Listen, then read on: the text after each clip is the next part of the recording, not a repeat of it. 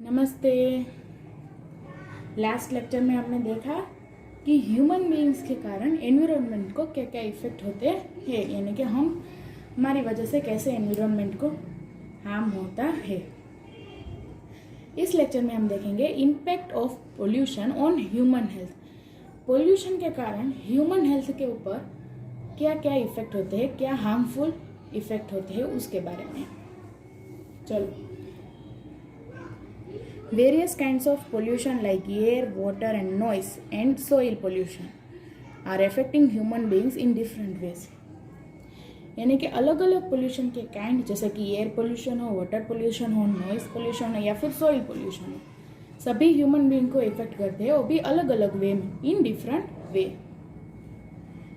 Some of the common health problems like asthma, bronchitis, pneumonia and lung cancer are caused by air pollution. Air pollution के कारण क्या क्या health problems होती है, तो कि asthma, bronchitis, pneumonia, lung cancer, ये सभी बीमारी एयर पोल्यूशन के कारण होती है। वाटर पोल्यूशन के कारण क्या क्या होती है, तो कि water pollution cause disease like cholera, dysentery and even mental disorder. ये सभी बीमारी वाटर पोल्यूशन के कारण होती है। अगर वाटर पोल्यूटेड पानी को हम ड्रिंक करेंगे तो इन सभी के कारण ये सब बीमारी होती है। कौन सी कि cholera, dysentery and mental disorder भी होते हैं। Noise pollution is responsible for permanent and temporary deafness apart from lack of concentration. Noise pollution यानी कि आवाज़, तेज आवाज़ की वजह से या तो परमानेंटली हम बहरे हो जाते हैं या फिर कुछ टाइम के लिए, कुछ दिन के लिए, कुछ ईयर के लिए बहरापन आ जाता है और हमारा कंसंट्रेशन भी, वहाँ से कोई काम हम कर रहे हैं वहाँ से हमारा कंसंट्रेशन हट जाता है। और लास्ट में है सॉइल पोल्यूशन। सॉइल पोल्यूशन के कारण क्या होता है, तो कि reduce the fertility of soil. Soil की फर्टिलिटी को रेड्यूस कर देता है, कम कर देता है, thereby producing lesser food. और अगर उसकी फर्टिलिटी कम हो जाएगी तो वो फूड भी कम प्रोड्यूस करेंगे। तो ये सब हमने देखा कि अलग अलग पोल्यूशन के कारण अलग अलग इफेक्ट क्या क्या होते हैं। अब यहाँ पे एक पॉइंट हमें दिया गया है कि बी सेंसिटिव। सेंसिटिव होने के लिए कह रहे हैं कि सॉइल पोल्यूशन किसे कहते हैं, किस किस वजह से सॉइल पोल्यूशन होता है, इसका एक पॉइंट यहाँ पे हमें दिया गया है। Soil is said to be polluted when any such substance is added to it which reduce its fertility and disturb its natural composition। Soil को कब पोल्यूटेड बोला जाता है कि जब कोई ऐसा सब्सटेंस उसके अंदर ऐड किया जाए जो उसकी फर्टिलिटी को रिड्यूस कर दे और उसके नेचुरल कंपोजिशन को डिस्टर्ब कर दे, तब हम बोलते हैं कि वो सॉइल पोल्यूटेड हो चुका है। कोई भी सॉइल है, जब उसकी फर्टिलिटी कम होने लगे, उसके नेचुरल कंपोजिशन में भी डिस्टर्ब हुआ है, मतलब कि जितना उसमें नेचुरल प्रोडक्ट उसके अंदर होना चाहिए था उतना नहीं है, तो हम बोलते हैं कि वो सॉइल अब पोल्यूटेड हो गया है। For example, excessive use of chemical fertiliser alters the nature of the soil thereby reducing its fertility. यानी कि जितने हम ज़्यादा केमिकल वाले फर्टिलाइजर यूज करते हैं उतना ही उस सॉइल के नेचर को अफेक्ट करता है और उसकी फर्टिलिटी रिड्यूस हो जाती है। Similarly, wind and water removes the fertile top layer of the soil, decreases it's fertility. उसी तरह तेज हवा और ज़्यादा पानी के कारण भी ऊपर का जो फर्टाइल सॉइल होता है, टॉप सॉइल, वो रिमूव हो जाता है और इसकी वजह से भी फर्टिलिटी कम हो जाती है। Addition of waste substance from house, factories, hospital etcetera also cause soil pollution. जो वेस्ट सब्सटेंस हम फिर चाहे घर के वेस्ट हो, फैक्ट्रीज के हो, हॉस्पिटल के वेस्ट हो, उसको हम कहाँ पे डाल देते हैं, सॉइल पे डाल देते हैं, तो इसके वजह से भी सॉइल पोल्यूशन होता है।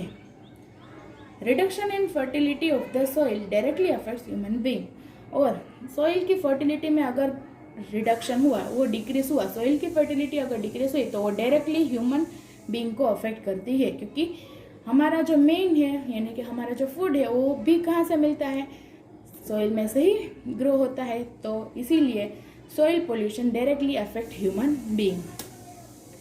Use of manures and natural fertilization should be increased and dumping of harmful wastes should be stopped to prevent soil from getting polluted. यानी कि अगर हम मैनोर और नेचुरल फर्टिलाइजर का यूज़ करेंगे और हमारे जो वेस्ट हो उसको हम डंप कर देंगे, यानी कि जहाँ पे डाला जाता है उसी जगह पे डालेंगे, उसको डिकम्पोज कर देंगे, ऐसे वैसे कहीं पे भी हम वेस्ट को नहीं डालेंगे। अगर ये सब काम हम करेंगे तो सॉइल को पोल्यूट होने से थोड़ा बचा सकते हैं, यानी कि उसको प्रिवेंट कर सकते हैं। उसके बाद है cause of conservation of environment. Environment को कैसे बचाया जा सकता है, उसको कैसे कंजर्व किया जा सकता है, कैसे उसे पोल्यूटेड होने से बचाया जा सकता है। प्रोटेक्शन और restoration of natural environment. Natural environment को प्रोटेक्ट करना अथवा तो उसे रिस्टोर करना, इस प्रोसेस को कहते हैं कंजर्वेशन। प्रोटेक्शन और restoration of natural environment is known as conservation of the environment. We need to conserve it for the survival of human race in future. हमें उसे कंजर्व करने की जरूरत इसीलिए है क्योंकि फ्यूचर में हमें फ्यूचर के ह्यूमन उस सर्वाइव कर सके, क्योंकि अभी हम जितना हार्म करते हैं एनवायरनमेंट को उन सभी का डायरेक्ट असर आने वाले जनरेशन के ऊपर पड़ने वाला है ही, और हमारे ऊपर भी पड़ने वाला है, क्योंकि जितना एनवायरनमेंट हार्म होता जाएगा उतने ही बीमारी हमारे अंदर आती जाएगी। तो इसीलिए हमें एनवायरनमेंट को कंजर्व करने की जरूरत है। A few ways to protect the environment are mentioned below. कुछ वेज यहाँ पे दिए गए हैं एनवायरनमेंट को प्रोटेक्ट करने के। उसमें फर्स्ट है plant more and more trees. जितनी हो सके उतने ट्रीज को प्लांट करना, जितनी हरियाली ज्यादा होगी उतने एनवायरनमेंट हमारा कंजर्व होगा। Reuse and recycle materials like newspaper, plastic bottle, aluminium cans etcetera. जितना हो सके उतना न्यूज़पेपर हो, प्लास्टिक बोतल हो, एल्यूमिनियम कैंस हो, इनका रीयूज करना, उनको रिसाइकल करना। एक बार यूज करके फेंक दिया, लेकिन ये नहीं सोचते कि वही एक बार यूज हुआ न्यूज़पेपर दूसरे काम में भी यूज हो सकता है। प्लास्टिक की बोतल अभी हमने यूज कर ली, उसके अंदर जो पानी था वो हमने पी लिया, लेकिन उसका रीयूज भी हो सकता है। तो इन सभी मटेरियल्स को अगर हम रीयूज रिसाइकल करेंगे तो एनवायरनमेंट के लिए बेस्ट है। Save water and electricity. Electricity और वाटर को बचाना। जब पानी आता है तब हम क्या करते हैं, जितना हो उतना पानी का वेस्ट करते हैं। हमारे गली में, हमारे घर पे जब पानी आता है तब हम बहुत सारा पानी को ढोरते हैं, बिगाड़ते हैं पानी को। तो अगर हमें जितना यूज चाहिए हम उतना पानी यूज करके, जितना चाहिए उतना भर के, बाकी पानी जब आ रहा है तब हम क्या कर ले, उसे क्लोज कर दे। लेकिन नहीं, जब तक पानी आ रहा है तब तक पानी की टैप ऑन ही रहती है और पानी सारा वेस्ट होके डिच में चला जाता है। तो इस तरह पानी का वेस्ट करने से आगे की जनरेशन को बहुत नुकसान होगा। फिर एक दिन ऐसा आएगा कि पानी के लिए भी पैसे देने पड़ेंगे, तभी पानी आएगा। पीने का पानी भी इतना महंगा हो जाएगा कि लीटर एक पानी के लिए भी 100 रुपये 200 रुपये भरना पड़ेगा।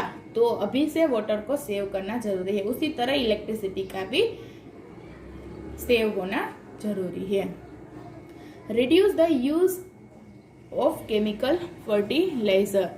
केमिकल फर्टिलाइजर का यूज करना रिड्यूस करना है। जितना हो सके उतना नेचुरल फर्टिलाइजर ही यूज करना है, तभी सोइल की फर्टिलिटी इंक्रीज होगी। वरना जितना हम केमिकल फर्टिलाइजर का यूज करेंगे उतना ही उसकी फर्टिलिटी क्या होगी, डिक्रीज होती जाएगी। और सोइल की फर्टिलिटी अगर डिक्रीज हुई तो वो डायरेक्टली किसके ऊपर इफेक्ट करेगी, ह्यूमन बीइंग के ऊपर ही डायरेक्ट इफेक्ट करेंगी। Manage the industrial waste sensibly. और जो वेस्ट इंडस्ट्री में से बाहर निकल रहा है उसको सेंसिबली मैनेज करना है। डायरेक्ट हम अगर वाटर बॉडीज में वो वेस्ट डिस्पोज हो रहा है तो वो वाटर पोल्यूशन क्रिएट कर रहा है। तो उस वेस्ट को अच्छे से, जहाँ पे वेस्ट जमा हो रहा है उस जगह पे जाके डिकम्पोज करेंगे तो बेटर होगा। क्योंकि अगर वो वाटर बॉडीज में डायरेक्टली डिकम्पोज होगा, डायरेक्टली वहां पे जाके मिक्स होगा तो वाटर पोल्यूशन होगा। और वो वाटर डायरेक्टली अगर हमारे घर पे आ रहा है और हम उसे यूज कर रहे हैं तो हमारे लिए बहुत बीमारी खड़ी हो सकती है। तो ये सभी पॉइंट है जिससे हम एनवायरनमेंट को बचा सकते हैं। यानी कि अगर हम ज़्यादा ट्रीज, ज़्यादा प्लांट्स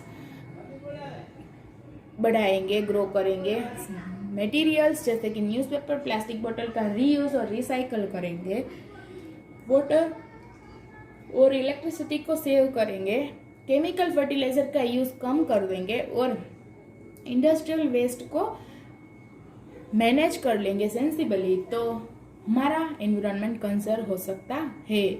यानी कि बेटर एनवायरनमेंट हम पा सकते हैं अगर ये सब काम हम करेंगे।